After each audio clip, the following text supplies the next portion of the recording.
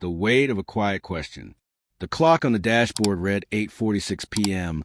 when Diana Vance eased her black sedan into the left turn lane on Meridian Boulevard.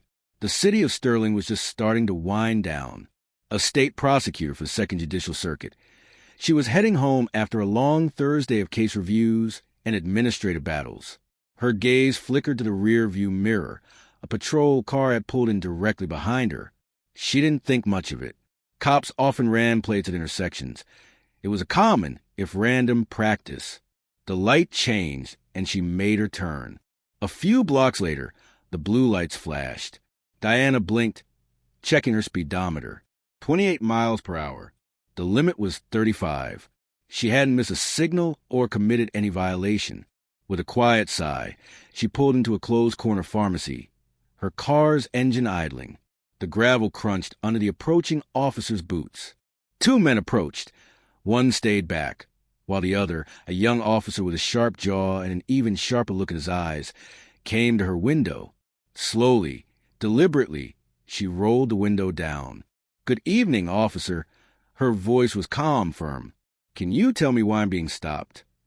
The officer didn't answer. His eyes darted to his partner, then back to her. "License and registration, please." "I'll get that for you," she said, her tone unwavering. "But first, I'd like to know the reason for the stop." Again, no answer. The second officer shifted his weight, his hand resting on his belt. Diana felt a familiar knot of anger tighten in her chest. Not of fear, but of disbelief. She knew the protocol. She knew the law. This wasn't it. She reached for the glove compartment, her movements slow, visible. After handing over her ID, she asked again, "You realize I committed no violation. My tags are valid. So, unless you're detaining me for a specific reason." He cut her off with a dismissive shrug. "We're just doing our job." Without another word, she reached into the glove box and pulled out her official state prosecutor's badge. State of Keystone, Office of Prosecutor. The words were clean and silver. The officer's face changed. He leaned in, stiffened, and then stepped back. "Ma'am, we didn't recognize you." Diana's eyebrows rose slightly. "I didn't realize it should matter." There was a long, silent beat. "We apologize for confusion," the first officer mumbled, handing her license back. "You're free to go." Diana didn't say thank you. She sat there for a moment, the engine humming, the patrol car's lights fading as it drove away. She wasn't free to go. Not really. She pulled out her phone, opened a voice memo app, and spoke quietly into the darkness. "Thursday stop. No cause given. I asked a question on the street tonight. They didn't have an answer." The next morning, the silence of the stop echoed louder than any speech she had ever given. She had requested the dash cam footage before sunrise, driven not by a need for vindication, but by a scratch at her logic. Her mother, Eleanor, a woman who had seen and survived enough to understand unspoken truths, looked at her with a quiet knowing. "They didn't recognize you," Eleanor said, serving her coffee. "Not until I told them who I was." Eleanor sighed. "You know what this is?" "I do," Diana replied. Later that day, she sat in her modest office, the air thick with the smell of old case files. On her desk was a manila envelope, the dash cam footage. As she watched the grainy video, a moment caught her attention. One of the officers, Officer Miller, mumbled to his partner, Officer Reyes, "Plate's clean, but let's check her out anyway. Maybe she's hiding something." Diana's lips pressed into a tight line. She picked up the phone and called Elias Morgan, a journalist from the Sterling Tribune, a man who pursued truth like a bloodhound. "Elias, I've got dash cam footage," she said plainly. "It shows exactly what you think it does. Worse." 10 minutes later, Elias was in her office. His face was honest, lined with the tired but alert look of someone who had seen too much but hadn't given up. When the footage ended, he sat back slowly. "This is a problem. I want to know what kind of system lets this happen to me," Diana said, "because if it happens to a state prosecutor with a badge, it's definitely happening to people without one." What neither of them knew was that the police department was already preparing its own version of events. The city's official statement was short, vague, and dismissive. It called a stop standard procedure and cited a technical discrepancy with the plate registry. It made no mention of the officer's failure to state a reason, the vague audio, or any accountability. Diana stared at the printed statement, a slight gasp escaping her lips. "They're brushing it off," she muttered. She opened her laptop, clipped a 54-second moment of vague chat, and then maybe she's hiding something line, and uploaded it to her verified social media account with no caption.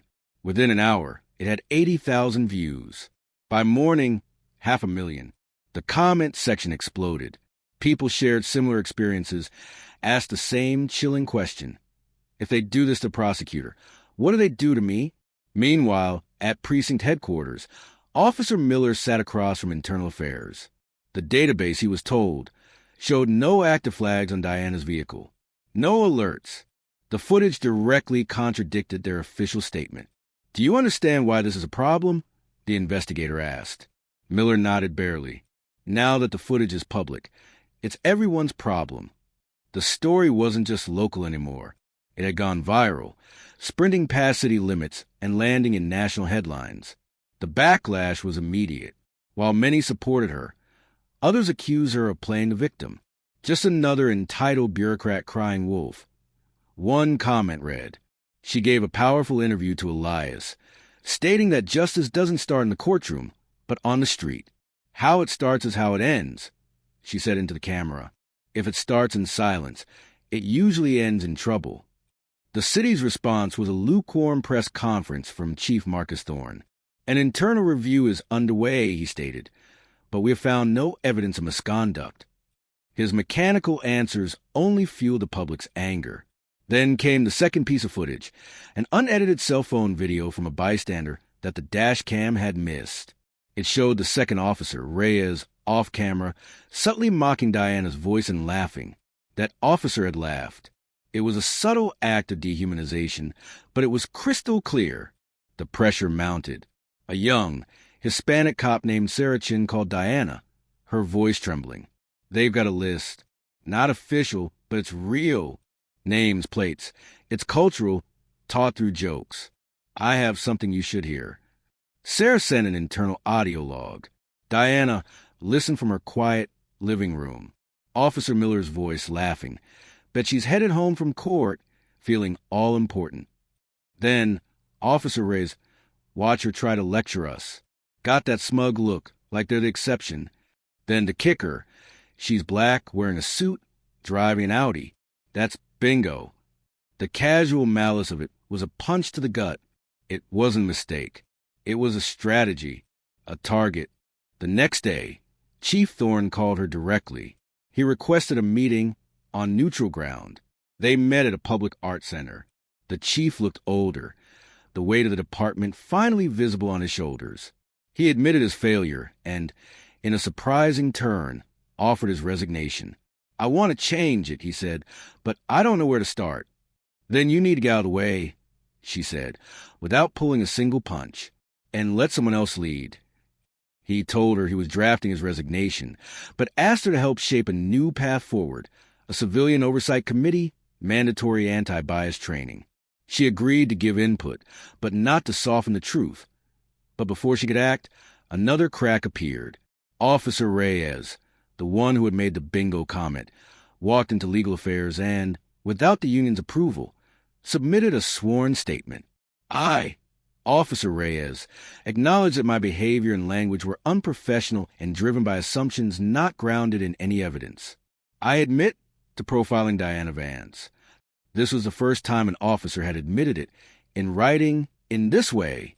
Inspired by Reyes' confession, the young officer Sarah Chin sent Diana a file, a compiled list of all internal complaints filed over the last 4 years. The vast majority were dismissed without investigation, and in over 60% of those cases, the complainants were black or Latino. It was no longer just about one stop. It was about a systemic, invisible practice.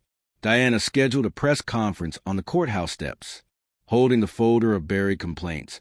She spoke to the assembled crowd. "What you might not know is that this wasn't an isolated incident," she declared. "These are internal complaints filed by residents of our community who were stopped, searched, or spoken to as if they were less than citizens. Over half of these were never followed up on, never investigated, buried. She let the silence settle. "I've been quiet long enough," she concluded and walked away. The city council, facing immense pressure, voted to open an independent review. The governor issued a public statement. Officer Reyes' statement sparked a fierce debate inside the department itself. Danielle, meanwhile, got back to work. She reviewed a murder case, signed off on diversion programs. That night, driving home, she saw a patrol car pull up next to her at a light. The officer, a young black man, gave her a slow, small nod, a simple sign of respect. Her final message came at a university auditorium, packed to the walls with students and community members. She stood at the lectern, not to talk about her traffic stop, but to talk about justice itself. "I didn't come here to talk about traffic stops," she said, her voice clear and strong. "I came here to talk about what happens when truth makes people uncomfortable, when silence becomes a choice." She spoke of the assumptions, the quiet chuckles, the dehumanization. She reminded them that justice doesn't start in a courtroom, but in the moment someone in uniform decides who looks right and who doesn't. "Your job will never just be about arguing cases," she told the future lawyers in the crowd.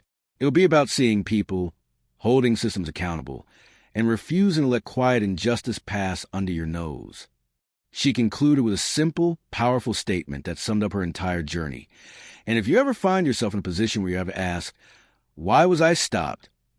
know that you deserve an answer, not because you have a badge or a degree, but because you are a citizen and your dignity is not negotiable. The audience stood. Afterward, she left the auditorium alone, a quiet dignity about her. Sitting in her car, she opened her notes app and typed one last line before driving off into the night. Asterisk, justice is not a performance. It's a practice, asterisk,